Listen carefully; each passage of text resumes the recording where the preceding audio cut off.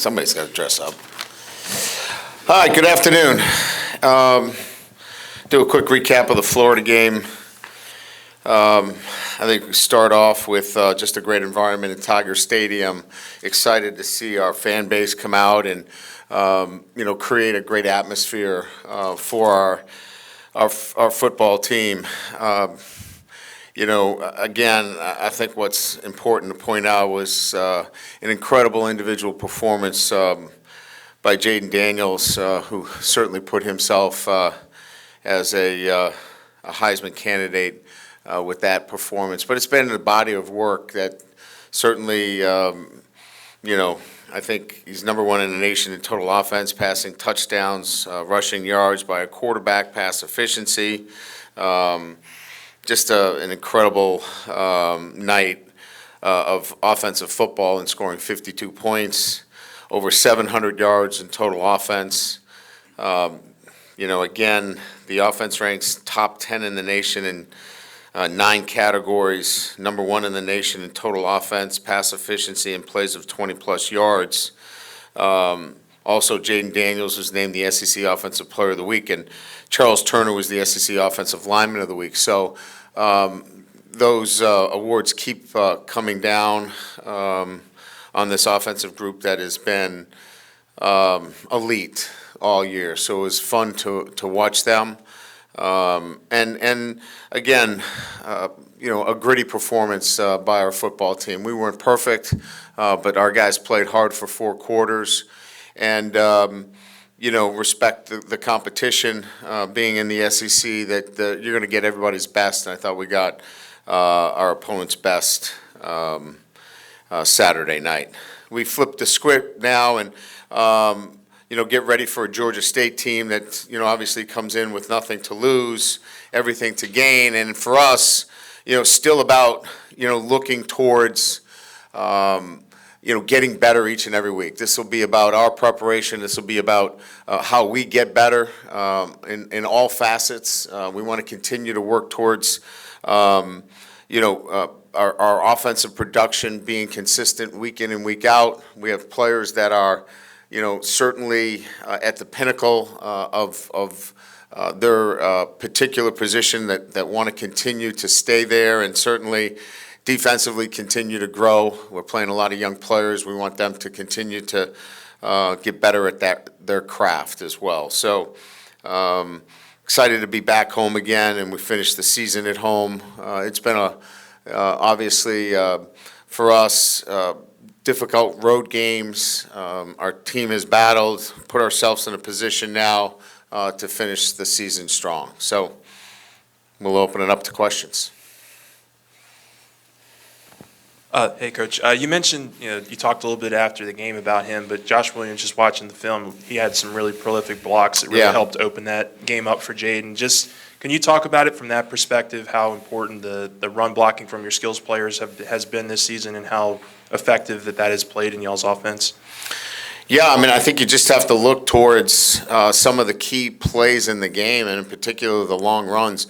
You don't run down the field unless you have others that are committed to making sure that occurs. And, we all talk about the offensive line, and they've been outstanding, but you have to have receivers that are committed to that as well, and running backs. The one you're talking about in particular with Josh was the edge block that he made on their defensive end to free up Malik Neighbors on the flip, what we call our speed sweep. So, yeah, you're getting it from a number of different players that are setting up an unselfishness, on our football team, and in particular on the offensive side of the ball. Hey, Coach, people see Jayden's highlights on the field. What can you share about him off the field as a leader? What makes people gravitate to him? And he came here not knowing anybody, right, and had to win over the whole team. What have you seen in that whole process with him? Approachable. And when I say approachable, he's never been a guy that has built a bubble around himself. He has been a guy that has, I think, made himself available to everybody on the team, whether it's an offensive player or a defensive player. And I think that, when somebody comes in and transfers in, their guard is up. His has always been one where, he's been approachable. He's always been somebody that has reached out to others on our football team. And I just think that's made our entire team embrace him because he's been so readily available to everybody on our team, not just the offensive players, but the defensive players. And his demeanor, his personality, you see him smiling on the sideline all the time. That's the way he is, whether he's in meetings or whether he's in the football building. He has that personality, and I think it's infectious. Yeah, Brian, right here. Considering where Jayden was, say, about halfway through last season, when kind of still reluctant to throw the ball downfield, y'all were still trying to learn what he liked. Have you had a quarterback in your career take this big a jump in one season, and what went into that? No, I'd be hard-pressed to think of a quarterback that has made the kind of leap that he has made to where now you're looking at somebody that is clearly a front runner for the Heisman Trophy, and I don't know that I've had somebody make that kind of jump.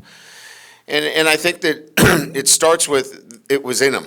And I think he had that upside. And it's probably one of the things that we saw in wanting him to transfer here is that we saw a player that could be elite. And it was a matter of him having the confidence in himself and then the development process needed to take place. So I think all of those things coming together and then having the confidence in himself to go out and do it. And it certainly has been fun to watch.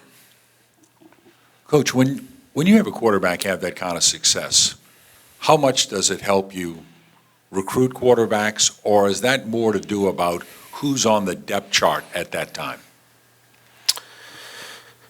Well, I think in certain instances, if Jayden Daniels was coming back next year, it certainly affects it in some fashion. Or let's say he was a sophomore, it certainly would affect it a little bit, right? But now that he is certainly in his last season of competition, it opens up just the fact that, player development and the ability to compete for the Heisman Trophy exists at LSU because it's not only right now, but it happened a few years ago with another LSU quarterback. So now you're starting to build not an accident, but a trend here at LSU. So that obviously speaks to recruiting and the ability to recruit elite quarterbacks to LSU.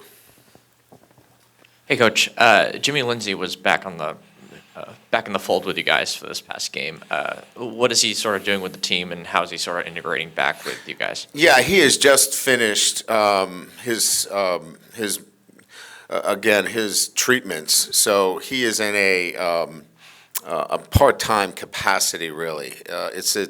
We're so excited about where he is medically, but there are contingencies in terms of what he can do. He's not out there, 15 hours a day and doing those things. But we're gradually, for his own health, we're bringing him back much more in an administrative role right now. Brian, how much have Mike Denbrock and Joe Sloan factored into the giant success that this offense and Jayden have had this year? Yeah, look, there's an offensive coordinator that is responsible for orchestrating this, and play calling, has a lot to do with it. When he's not, when the offense is not running well, Matt House has gotten a ton of criticism this year as the defensive coordinator. If our offense isn't going well, Mike Denbrock will get a ton of criticism for, what would be happening on offense. So he deserves a lot of credit for what's happening on the offensive side of the ball. He is, he's the chief play caller. So that comes with the job, right? That comes with the title. But it is a shared responsibility. Joe Sloan is intimately involved in everything we do. Cortez Hankton is. Brad is, Coach Wilson. Frank does an incredible job in factoring in a number of those layers as well. So There's somebody that's going to get a lot of the credit because of the title, but everybody has a shared responsibility. And when it comes to the quarterback, Joe Sloan should get a lion's share of the credit because he's in that room with them every single day. Hey, Coach, down here. Oh, yeah. Overall, first of all, just injury report for the week. John Emery maybe. John Emery has an ACL tear, so we'll lose him for the season. And I just wanted to ask, we obviously lots to talk about Jayden for the Heisman, but what about Malik Neighbors? He may be in contention for the Blitnikoff Award. What have you seen from him this season? What do you think about his candidacy? I think he's the best wide receiver in the country, and I'm sure that Coach Day is going to say that his guy is the best, and I totally understand that. But Malik Neighbors, in terms of what he does, on jet sweeps, what he does in terms of yards after the catch, catching the ball down the field. I think he is, multi-dimensional in what he does, leading the country in receiving yards. I think he's the best receiver in the country and deserving of being a Blitnikoff Award winner. After the game, you identified Josh and Noah as being contributors. Have you been able to identify anybody on the defensive side of the ball that could help push the program forward in a similar way? Yeah, I think when I was talking to them, I was talking about an unselfishness amongst a group of really talented players. One of the things we lack a little bit is the depth, on the defensive side of the ball. But I think a group that has been unselfish this year is our defensive line. We have a lot of really good players, that are fighting for reps, quite frankly, and trying to get as much playing time. A guy like Parashan, for example, who had an outstanding play on quarterback outside the pocket, who's had a really good year for us. He's not getting 50 reps a game. He's somewhere in that 30-something to 25, 30-something, and he's been an unselfish player for us, I would say, Jacobian Guillory, he's been an unselfish player for us. He's been in the 15 to 20. So I would say the defensive line probably ranks similar to the running backs. It's really the only group that we can get too deep in a swing. Everybody else, it's tape them up and see if we can get two guys out there. With some coaching changes going on, the portal window kind of has already opened for some teams with guys. Now that y'all are closer to the 85-man limit than you've been these past two off seasons, what's that process like as you balance the roster and incoming players from high school and potentially the portal? Sure, good question. I think now, really selective in terms of the needs for our program. As I've said, and I've made this very clear, we want to build it with freshmen. So this freshman class is going to be a large freshman class, and we want to build it there first and foremost. But there are areas that we want to be able to top off with some premier players. And, obviously, if you're looking at the wide receiver position, if we went into the portal there, you have to match it up with a guy like Malik Neighbors, if he ever went early. I don't think he will. Well, obviously we'll find out, but, if it's a guy like that, right? You have to look at the talent that you have in your program and measure it accordingly.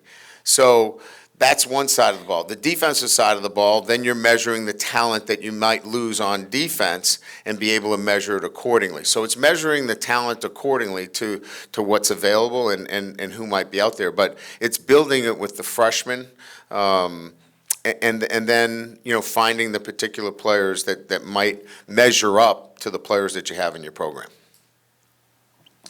Brian, I know you probably were hoping this would be over last Thursday night, but when you talked to us Thursday, but the targeting call on Andre Sam, did the ref, did he make the decision on his own, or does he, I'm trying to get a timeline on how it works.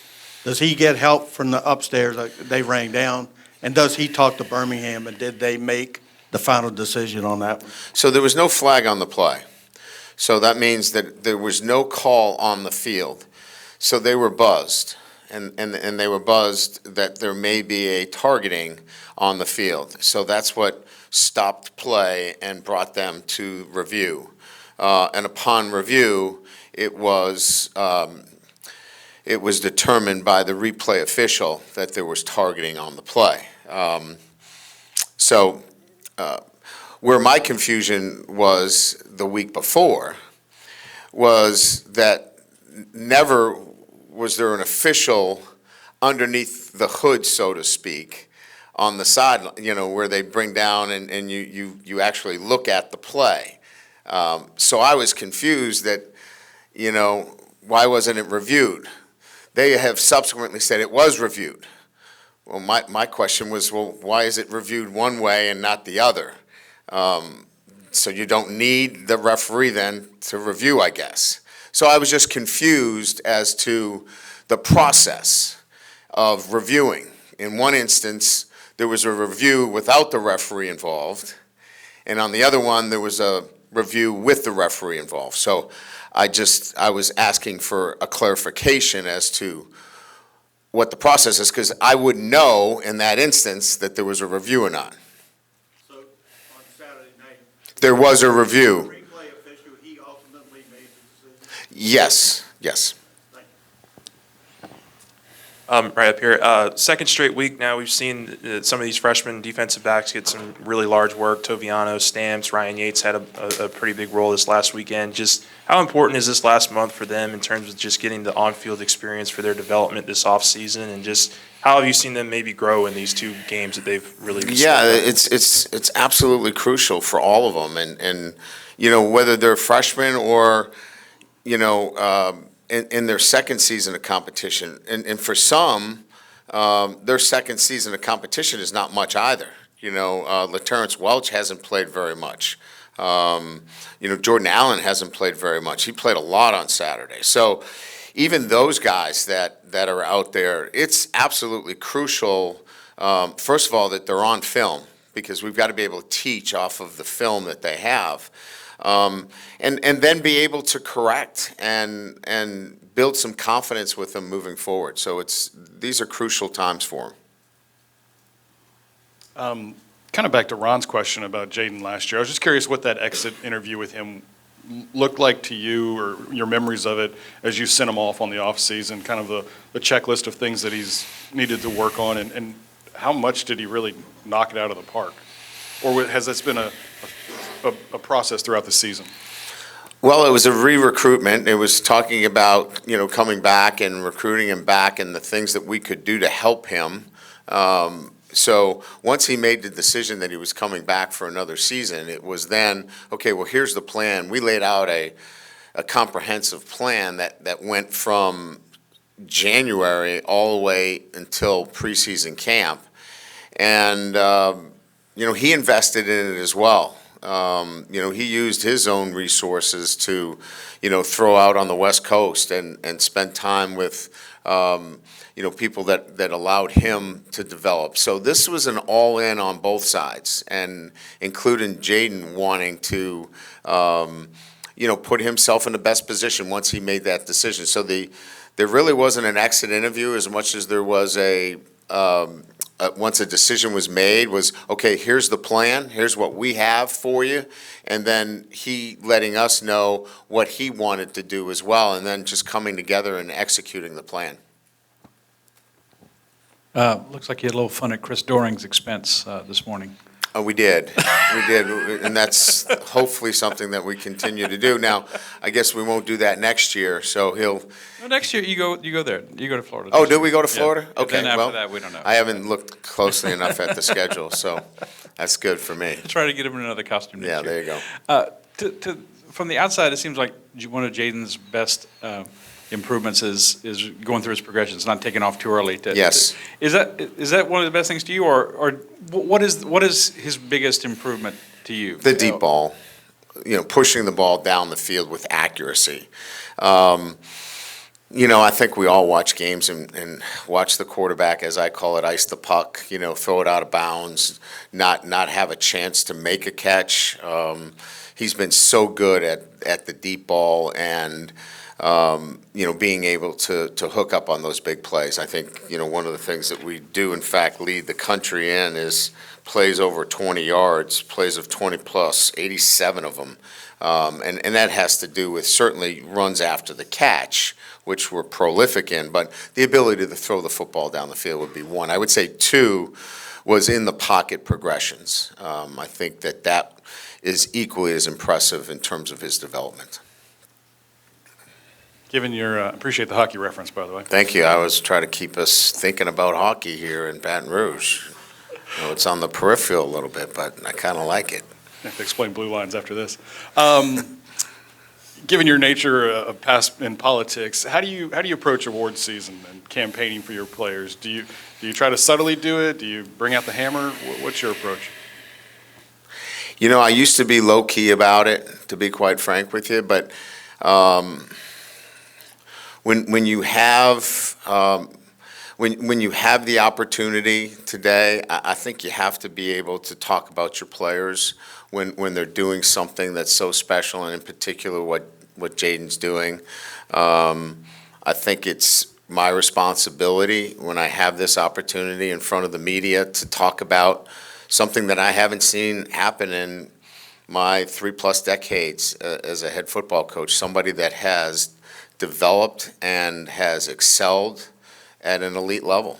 And he's an exciting football player. I think he's the most exciting football player individually in the country, and I think it's my responsibility to talk about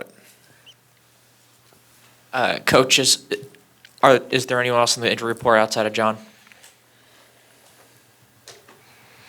We'll see where Logan Diggs is. Obviously, he didn't play last week. We think he's better. Today, obviously, is our day off. Not day off, but we'll just be in the weight room today with meetings. We'll go out tomorrow, and we'll get a better sense, as to where he is. He would be the only other. And Caleb Jackson got a little bit more run in the game against Florida. How has he sort of progressed in terms of all the little things that you've wanted to see him improve in? I think inch by inch, it's been a process for him. He's learning the game, the new nuances of the game. We saw it, prop up with the mistake on the kickoff return. Those little nuances we have to continue to work at. But he's such a great kid. He's so fun to work with. But you're going to have some of those, blips. You want to minimize them, But he's been exciting and fun to work with. Jaden's passing numbers are a lot better than last year. His rushing numbers are better than last year too, which might be surprising. Is that because people are having to respect the pass more, and it's clearing those lanes for him even more to run when he wants to? Well, Jack, you would think that there's got to be a way to defend him. Last night or Saturday night, they overload pressured. And what their hope was with overload pressure and then faking overload pressure, that there could be some confusion for him. It really took him, probably 2 or 3 times to see it.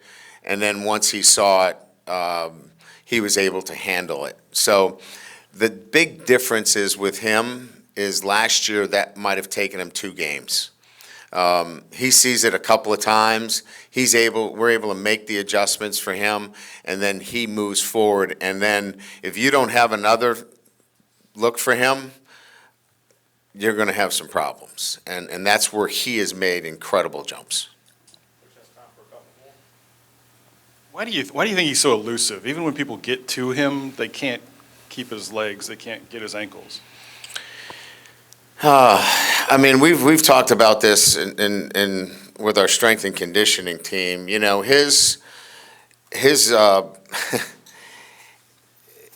His training and the way he trains. I know he does not look like he's strong, but he is sinewy strong. His fiber in terms of how strong he is amazing, and his fast twitch.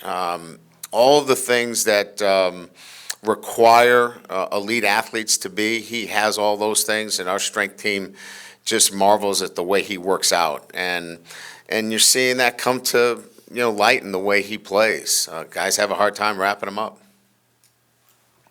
Hey, Coach, any comment on Jimbo Fisher or Zach Arnett being let go? Yeah, I mean, it's, in our profession, it's unfortunately that time of year where decisions are made, and they're tough decisions. Those are good men, and I know them both. They love coaching. Tough decisions are made at this time of the year for whatever the reasons are. Each university has to make what they consider to be the best decisions for the direction of their programs. But, the human side of it is I'm a coach as well, and they're good people. They're good fathers, good husbands, and, you hope that they, obviously land on their feet. Thank you.